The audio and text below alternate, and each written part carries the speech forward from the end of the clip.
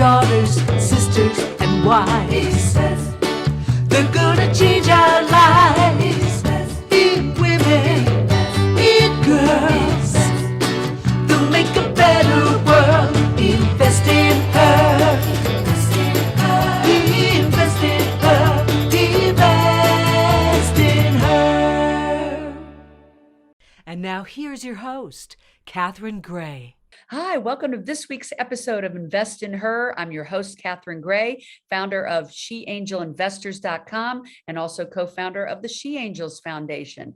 And as you know, we are all about funding women, empowering women, and giving them resources. And today, we're going to talk about mindfulness in the business workplace for female entrepreneurs with author Ora Nadrich. Hi, Ora, how are you?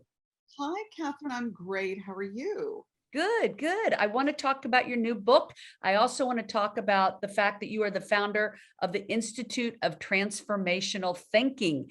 And, you know, transformational thinking is something that I definitely want us to explain what that is and how that impacts our female entrepreneur listeners for having a successful, thriving business that I believe is important, that it brings them not only monetary success, but brings them joy, right?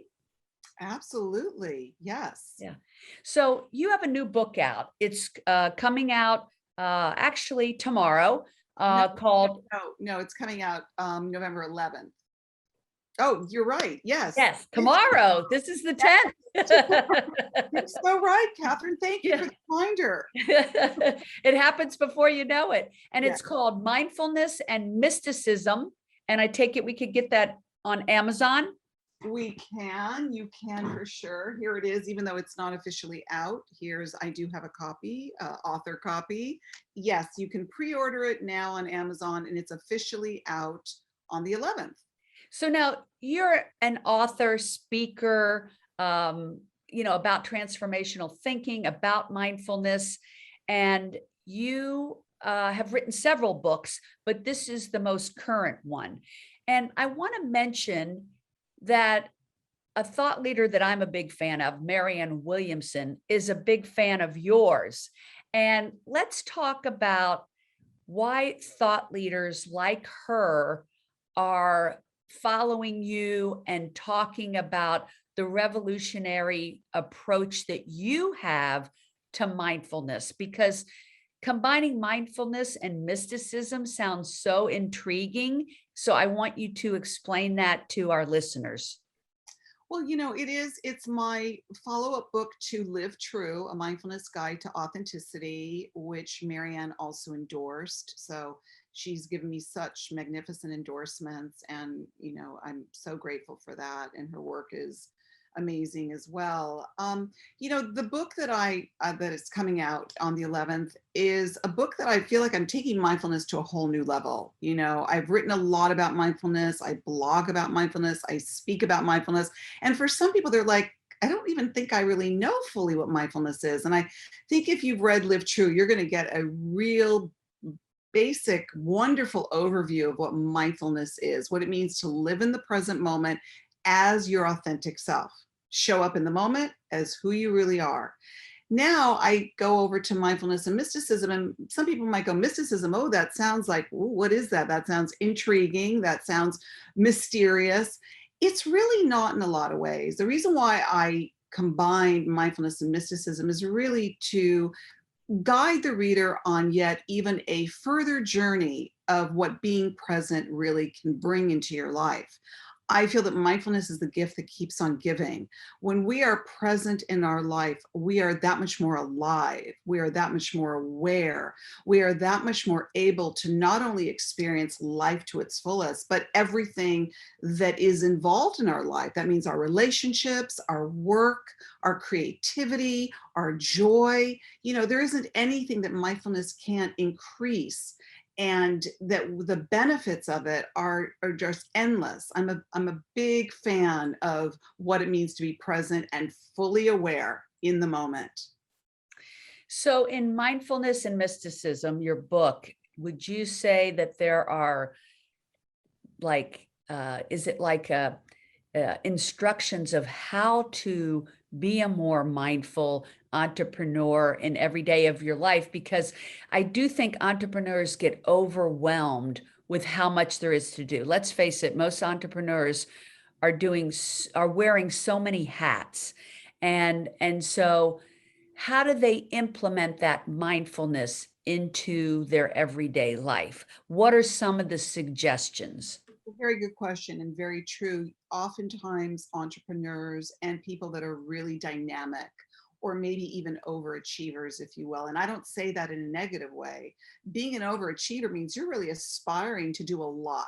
And as we know, when you are somebody who really has a very large appetite to accomplish and achieve a lot, sometimes the other aspects of your life could be a little bit out of balance. Okay, you may be amazingly dynamic and can do a lot, but sometimes the self-care, the stopping, the taking time to just be with yourself, to reflect, things like meditation, things like practicing mindfulness, which is really about going within. You have to have the balance in life, you know. Those are the things that really make you a more dynamic person. Do you know? It really has to be about balancing. It's a balancing act ultimately. And I have found that a lot of people that have maybe given so much time to being extremely proactive, extremely dynamic, they're so used to giving to others, they're maybe not as good at giving to themselves, do you know? So I like to be the friendly reminder to say, hey, it's great that you are doing what you're doing, but you need to strike the balance in life. So some examples of that would be, is to explore what it means to not always be on, not always be on our devices, not always being on the go, go, go, gotta do, gotta go, but to really do that self-care, which ultimately is self-love. And when you feed what I call, especially women, we're natural nurturers, and we tend to give out a lot. We really are lovers and nurturers, if you will. And sometimes our well, and I use that as a metaphor, from where you drink from where you draw from, can be empty when it comes for yourself because you're so used to giving it out to others. So I really recommend for all people, all women, especially entrepreneurs and those that are, as I said, very dynamic, to find ways in which you're filling the well, which means what are you putting back in that well for yourself? Are you doing self-care? What are the things that make you happy when you're not constantly giving to others? So, you know, that's really the starting point of how to be aware of how to give to oneself when you're so dynamic and used to giving out to so many others. I think women have a problem with that word receive, and it's something we have to work on, receive. The other thing I think that a lot of entrepreneurs will say to you, Aura, is, yeah, but I don't have the time to do those things. And I think it's a very philosophic question to say, what is time? Because time is a man-made, woman-made thing. It's not a real thing. And so we put pressures on ourselves, I think, entrepreneurs, for deadlines and getting things done, like you said, for everyone around us, whether it's kids or your business associates or whatever. When we don't realize that if we set aside that time for ourselves and our family, then there will be enough time to also do the business, because there's not the time crunch that we tell ourselves. It's something we put upon ourselves. This has to be done by 10 o'clock. This has to be done by Wednesday. Would you agree with that theory that we're the ones creating this time crunch and we need to look at time differently? Absolutely. First of all, that's very self-imposed, number one. I mean, unless you really do have to get something done by a certain time, I get that.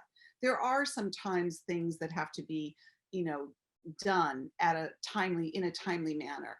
However, we really do impose that mostly on ourselves. We don't have someone breathing down our necks and saying, you got to do this by this time and by then, especially if you're an entrepreneur or you're, you know, somebody who's really calling the shots of your own life. Having said that, you really want to make sure why you say things like, I don't have time.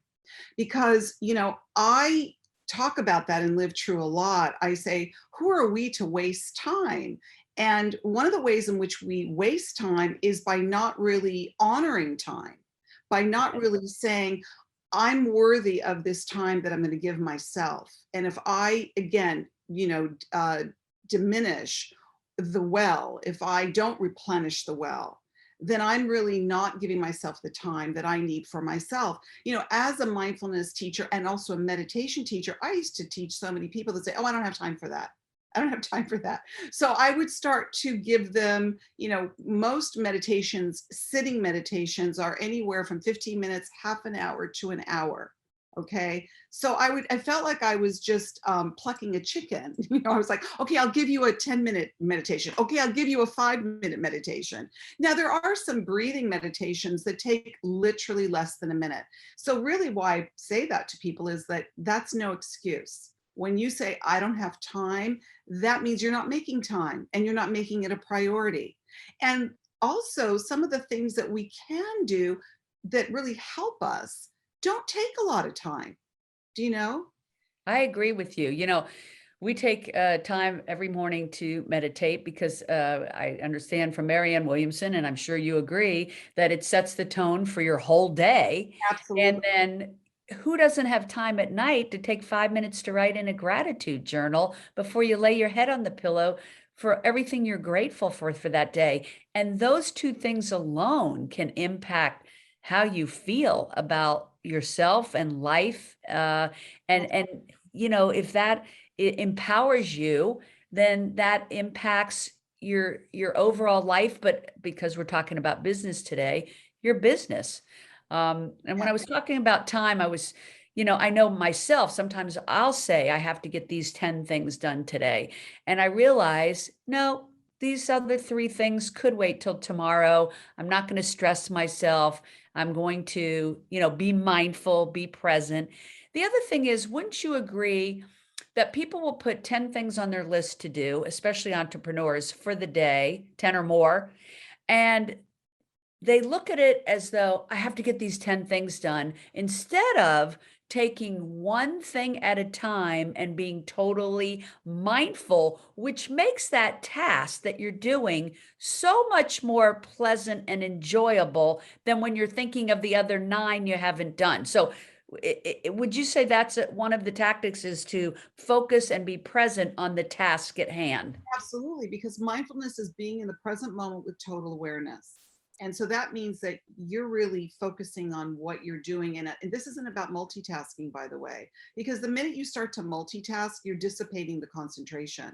And there are Mhm. a lot of people that really thrive on multitasking, like it's some kind of great achievement. Listen, I'm not diminishing the importance of those that get a lot of things done. I'm all for that. But you have to be careful, because if you keep piling it on, you're going to start to pile more on and more on and more on. And it becomes, a self-fulfilled prophecy. The next thing you know, that's when I've seen the people that I know, women that are entrepreneurs, they would come to me and they were exhausted. They would come to me, they'd have burnout. They would come to me and they really were very depleted in the self-care department. And those were the ones that would be the first to say to me, oh, or I don't have time for that. And I have to tell you, Catherine, they were the ones that would end up needing it the most. Right. I know you're not just I know you're an author, but you're also a speaker. You're a executive coach, a empowerment coach for entrepreneurs. People come to you when they feel like they're not finding the joy in what it is that they're doing, and they want to revitalize themselves. Is that when they would come to you? I think that I have so many different people come to me for so many different reasons, but when you scratch the surface, what they're really coming for is they sense that they need something. They might not know exactly what it is. And as a mindfulness practitioner and also someone who's taught meditation for many, many years to people, they would come to me because they sense that something was out of whack or out of balance. Or even if they were learning how to meditate, they would say, like, well, I don't know how to meditate. And once it's as if I am giving them that replenishing glass of water. Once I gave it to them and they would drink from that, being able to meditate or to really learn the tenets of mindfulness, I could just see a transformation in front of me with them, because the very thing that they sensed they needed, even if they couldn't name it, they at least had the wherewithal, which is really very advantageous to them, to know that they needed some help. Do you know? Sometimes people that are so good at doing aren't so good, as you said, receiving or asking for help, because they're such doers. Do you Yeah. know? They're so Yes. used to being the ones that, oh, I can do that. I can do that. No, I can do that. And it is hard for them to ask for help. But, asking for help isn't something that, it's not at all something that diminishes you in any way. It's something that's going to help empower you I ultimately. think people have to have strength to ask for help, and and just be aware that they need someone to give them a path to how to create a more mindful life that they feel empowered and not depleted. Yes. Yeah. I think that there are, it's interesting having been doing this for so many years. When it came to mindfulness and meditation, I would see people that thought that it would like dull their vibrancy, or would sort of like, diminish their mojo, if you will. Like, oh, if I meditate, it's going to make me so calm. It's going to make me like, sleepy, and then I'm going to lose my fire. It couldn't be further from the truth. Mindfulness, which again is being so present that you're like a laser. Everything is like, it's like a camera lens. You start to see things so much more vibrantly. You can concentrate so much more sharply. Yeah. It adds to everything. It doesn't Right. dull it, it adds to it. So Right. once they kind of got past that myth of like, oh, meditation, mindfulness, it's going to like, again, dull the senses. If it couldn't be further from the truth, it increases, it enhances, it transforms. It just adds so much to your life and so much to your creativity. Yeah, I definitely agree with you. I think meditation is a wonderful time to be mindful where we actually get the download for creative ideas, for Definitely. business solutions. Yeah. It's like if your head's always busy with chatter and you're so busy in the doing, how do you even have an opportunity to get a download of how to do something differently, or a solution, or Yeah. a creative idea. And That's right. so Well, I I love actually have what that in you, the book, Catherine. I have a whole chapter on creativity, and yeah. the whole notion of when people feel, as a writer myself, there's so many writers that will say, oh, I've got writer's block. I think writer's block is really a mental block because you're not open to downloading. The creative process is feeling thwarted or stunted because you're insisting that you should feel creative when you're not really relaxed enough and not open enough to let creativity or download. And I love that. I've used that word a lot lately, to just download the creative process so that you're this vessel, that it can come through you and you really feel the magic of creativity, which is what the mysticism part of the book is feeling the magic, because we know that that feeling feels so high, so blissful. Creativity can feel very euphoric. Do you know? Yes, So absolutely. you are downloading, but you can't download if you're rigid, if you're not open. And that goes back to transformation. You have to be a transformational thinker to allow these things to come to you and come through you. Absolutely. And, also too, we live in such a hectic world where people are constantly on their social media, they're on their phone. You go to dinner with somebody, they're not present or whatever. And I think we need to put the phones down, be more mindful, and pick up a copy of Mindfulness and Mysticism, because I think this is going to be transformative for any person, but especially we're talking about today, female entrepreneurs, because it will help give them a more quality life. And a more quality life, a more Zen life, a more mindful life is going to end up being a more successful business and a happier human being. So I love what you talk about. I mean, I'm definitely going to pick up my copy. And um, we could get that on Amazon, right? Mindfulness and Yeah, Mysticism by Ora Nadrich. free. And how do we find you online? What is your best website and best social media? Ora Nadrich is oranadrich.com is my website, and there's a lot on there. And I would recommend going there. And my social media handles mostly Ora Nadrich or Ora underscore at the IFTT on Instagram. Ora Nadrich. I have Ora Nadrich books on Instagram. I use Instagram a lot, Yeah. mostly. I'm on LinkedIn. I'm all over the place, but um, Yeah. I would say oranadrich.com is a great way to get a real strong overview of my work. My articles that I've written over the years is archived. There's videos, there's meditations, by the way.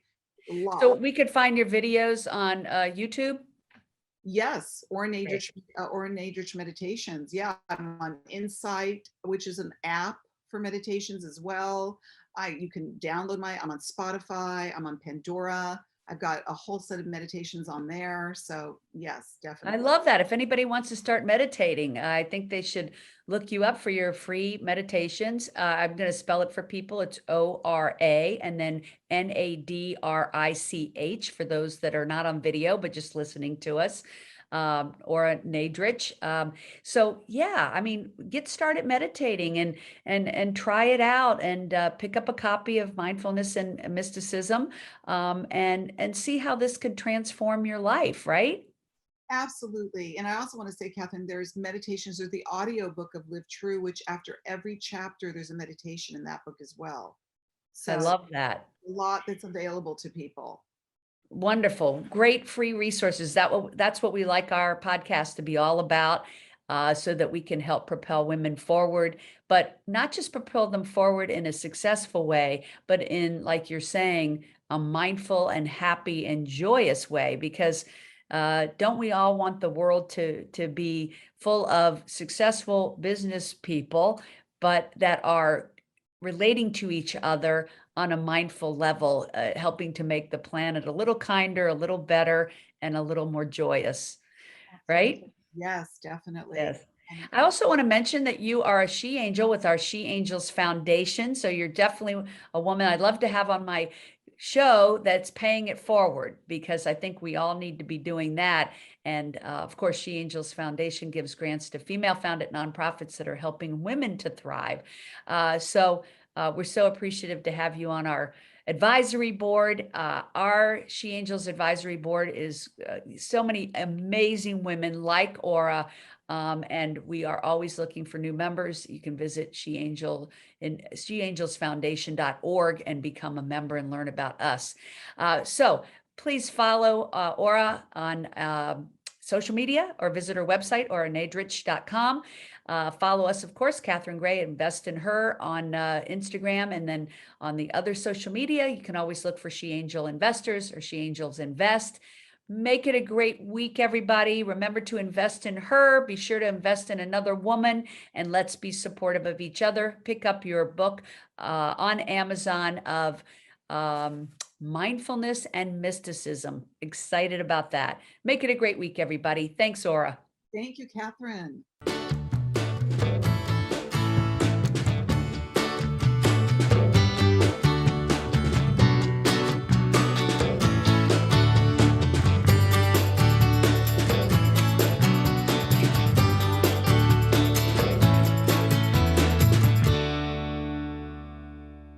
Our theme music was created and produced by Lindsay Tomasic.